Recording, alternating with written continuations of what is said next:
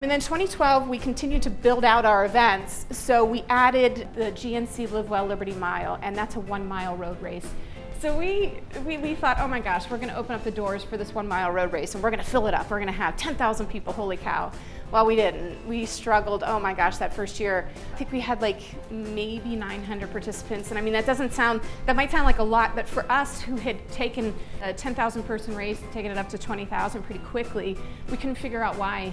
What the heck is wrong? Why doesn't anybody understand? You know, it's a 1 mile road race, it's gonna be so much fun. And the point of the matter was they couldn't make the connection between the 26 mile distance and this 1 mile all out. How fast can you run a mile? And they're still gonna pay $20 for it. So, you know, we're going into I believe our 4th year of it, and I think we'll probably have about 2,000 people. So it's still a hard sell, but one of the things that we do with it is we bring in the top athletes from the country. So we've had the Olympic winners, we've had really all the top athletes from around the country participating in this event, and that's what we sell. We sell them, we sell, you know, I mean, I hate to say it, it's like a horse race. I mean, you come and you get to run a race, and then you get to watch world-class runners run sub 4-minute miles. I mean, it's incredible. We give a big heads out for that last heat to the spectators. Some of them don't even know whose head they're holding up.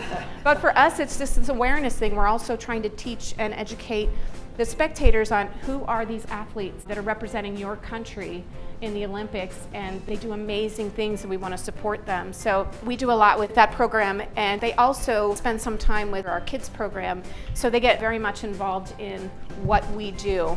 So in 2013, we added a 10 mile race. So if you can imagine, there weren't a lot of races in Pittsburgh. Most of the races were sent onto the north shore of the city, and they were 5K distances, and that was about it.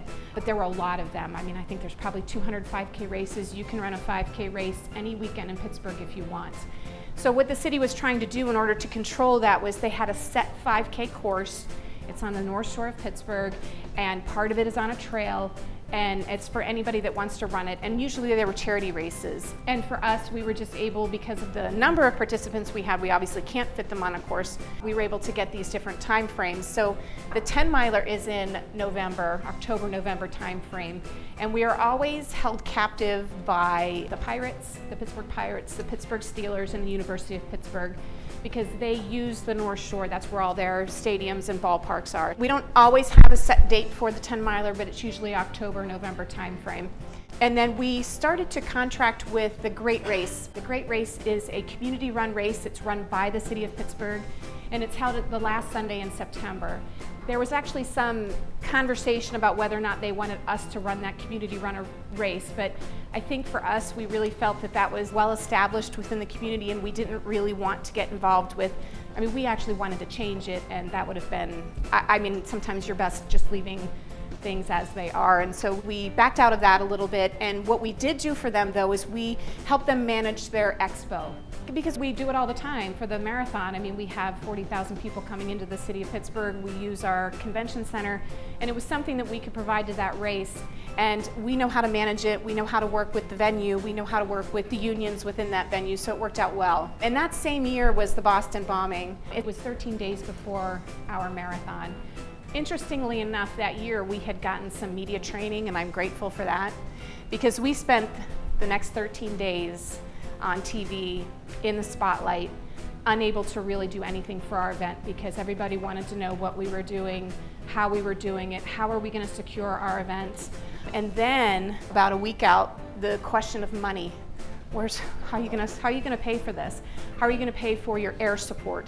How are you going to pay for all of the different police and services that you're bringing in? And so it was just an unbelievable 13 days in the midst of this terrible tragedy. Like I said, we were in the fire trying to have this event, but it went off great, and we had fantastic support from the city and all of our partners to make sure that it went well. Later that year, we partnered with the Pittsburgh Penguins and the Mario Lemieux Foundation to start a 6.6K race.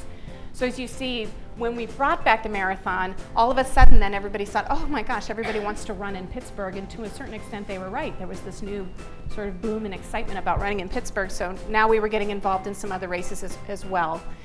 In 2014, we didn't add any events, but we did increase our staff. And we began to contract out our organizational expertise. So we were fortunate to have staff members that were traveling to Chicago and New York and Boston and working with those teams and learning as much as they could. And then locally, our staff was being contracted to work some of these other events. So again, that was another source of revenue for us to keep things moving.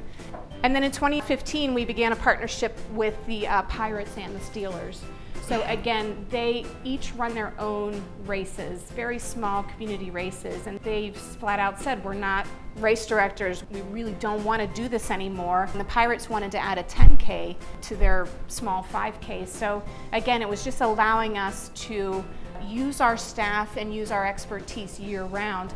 And at the same time, we're building these great relationships within the city, and the city itself and the Special Events Committee and the police are beginning to trust us more because they know how we run events, they know who we are, and they know who we work with. So it became an easy transition to make.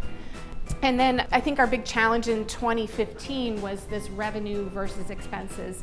So for those first few years, we worked so hard. We were really a small organization. We were scrappy. And then at some point you say, you know what, I don't think I can move another piece of fencing. I was joking, I think, with Terry yesterday. Last year I didn't move any fencing. It was like the best marathon ever to not have to move any fencing. I did pick up trash. We always pick up trash, but I mean, it was amazing. It was truly amazing. So we started contracting out a lot of that type of work.